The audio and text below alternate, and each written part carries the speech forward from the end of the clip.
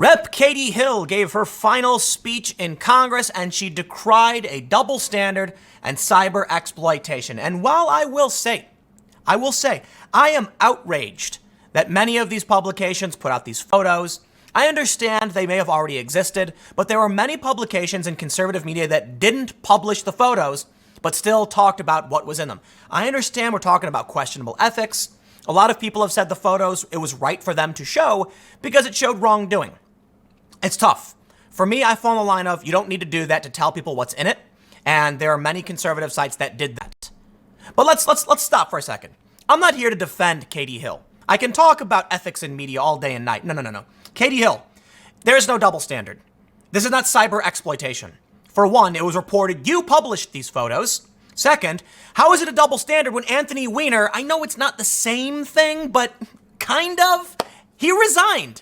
And more importantly, you didn't have to resign, okay? You chose to because what was to come next was worse. You committed wrongdoing, you were under investigation, and I want to stress, this is not a story about poor Katie Hill's affair.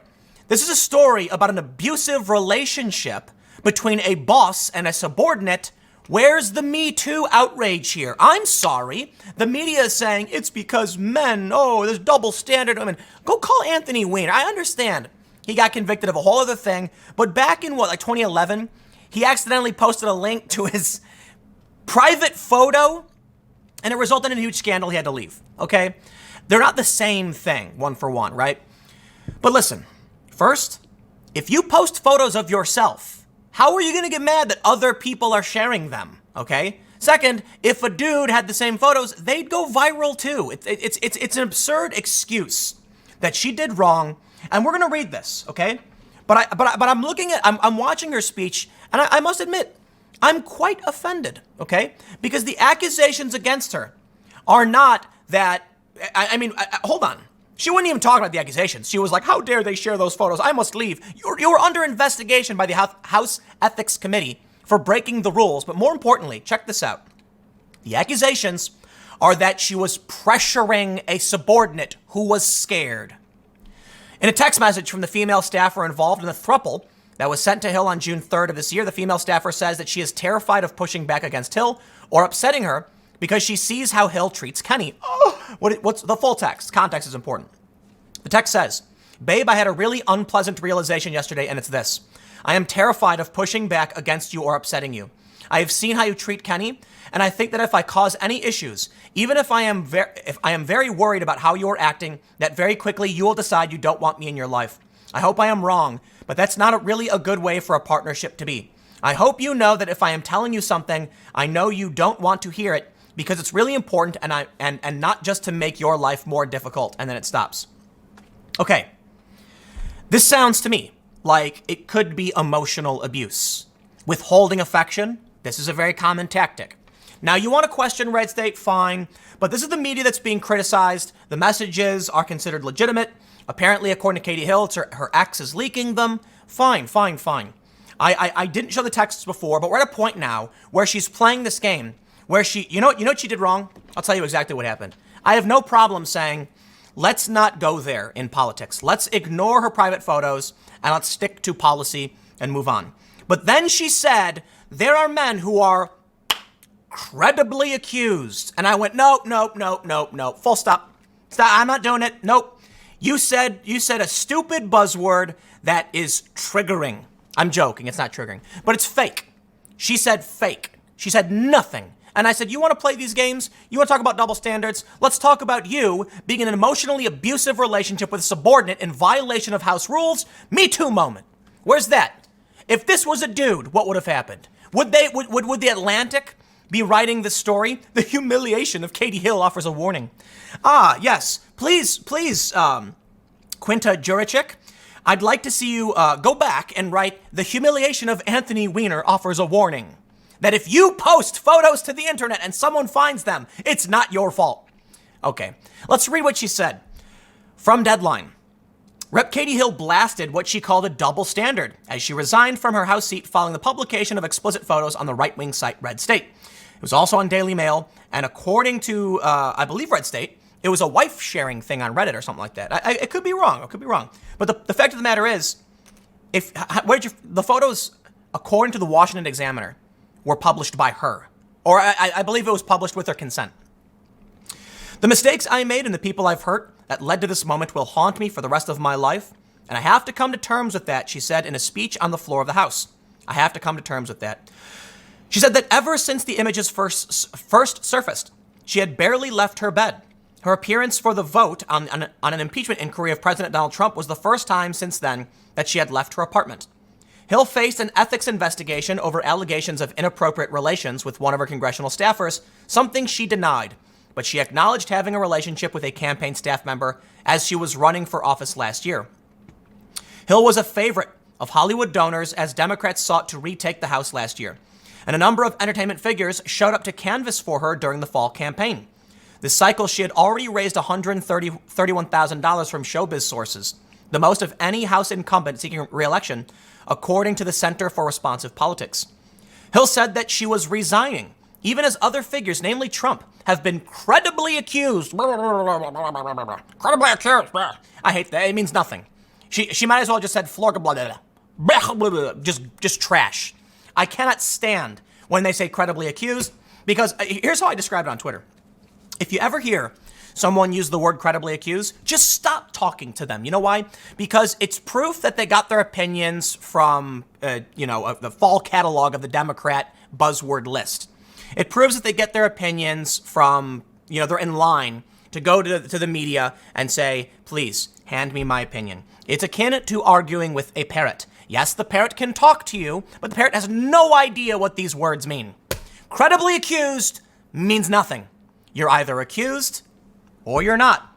Now, I understand in law enforcement there is a concept of credible accusations. This is not that.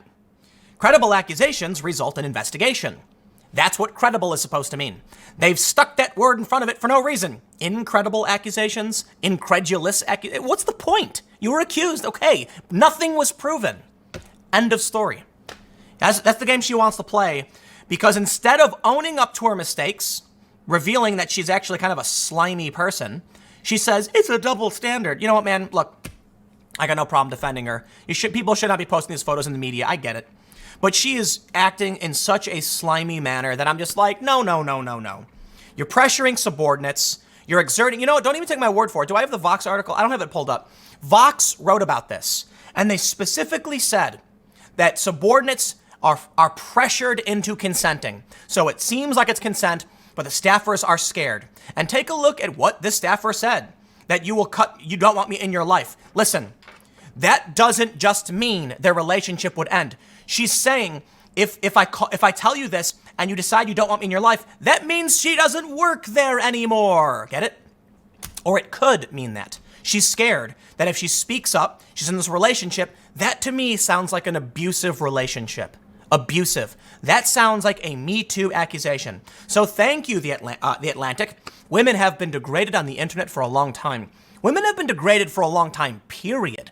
But it's like guys have this way of guy talking. Women have this way of women talking. Men and women do different things. I think in professional settings, you shouldn't do certain things. And I certainly think that women do face a specific kind of harassment more than men. It's a fact. It's from Pew Research. Sexual harassment is more prominent and stalking. But overall, men get harassed a lot more. I think it's unfair to call it a double standard. There was one op-ed that talked about how some woman on Twitter, nearly every woman takes nude photos, and now they all must contend and fear retaliation. But you always did. That's literally why there are laws against posting revenge photos. I can't say that word. There's laws against it because people did. And it's typically dudes posting women. So I'm always confused by this. Is it like this mentality among these women who take these photos that they have no responsibility over what these photos are? Like, dude, if you create something that can be infinitely copied and you send it, you realize they're holding that over you. Like, you never know. So they made it illegal. And I can understand that. Posting, private information, fun. It's an interesting law. It's publishing photos without someone's consent. But at what point does the responsibility fall on the individual not to do that? And why is it mostly women? Like, here's the thing. They say it's like women have to fear this. Yeah, but isn't it guys who are sending nude pics to women that are made fun of? Like, dude, the reality is humans do this. Humans take pictures of themselves. I'll tell you what, man. If you take naked photos and they appear on the internet, yeah, we can fault the person who committed the crime, but you do have responsibility in all things.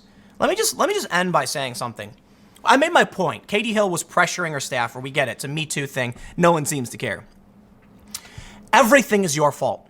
Period. End of story. I don't want to hear it. Have a nice day. Okay, I'm not being completely serious. The point I'm making is, while we do want to blame the criminals, and we hold them accountable for the crimes they commit, if you decide to carry a big sack with a dollar sign on it down a dark alley in the middle of the night and get robbed, I'm going to be like, dude, come on, man. You do bear some responsibility. And now they like to say, oh, but that's victim blaming. No. No, we blame the criminal for committing the crime because in many circumstances, say like you drop your wallet, someone picks it up and returns it to you because that's someone doing the right thing. So we can easily say, yeah, the overwhelming majority of blame to go around, 99%, is on the person who committed the crime. But at a certain point, if you're not responsible for yourself, like I'm going to go use this ATM and shout my PIN number and throw my debit card in the air and try and catch it. It's like, if somebody takes that from you and now knows your PIN, like I'm going to blame you for it, okay? There's varying degrees of responsibility. The way I think you can, one of the safest things you can do is always assume everything is your fault, even though it's not. Blame yourself to an extent. They say, don't blame yourself for this. No, hold on. When I was little, we had trains that would, the train rails would come down, and if I was going to school and I got stuck by a train, my dad would say, it's your fault. And I would say, no, it's not. The train came. And he goes, the train can come. You should have left early so that even if a train did come, you'd make it to school on time. Get it? I'm like, that's a good point. So yeah, it wasn't necessarily my fault that a train came and we didn't have a train schedule because they're just cargo trains. Like, yeah, okay, I did everything as normal. I left at the same time, and then I could have taken that precaution. So it's not entirely my fault. That's the point I'm trying to make. Okay, whatever, I'm done. You get the point. Katie Hill, it's not a double standard. This is just them. Like, for some reason, MeToo doesn't apply to abusive bosses when it turns out it's a Democratic congresswoman. I'm out. I'll see you in a few minutes. I got a couple more segments coming up. Stick around.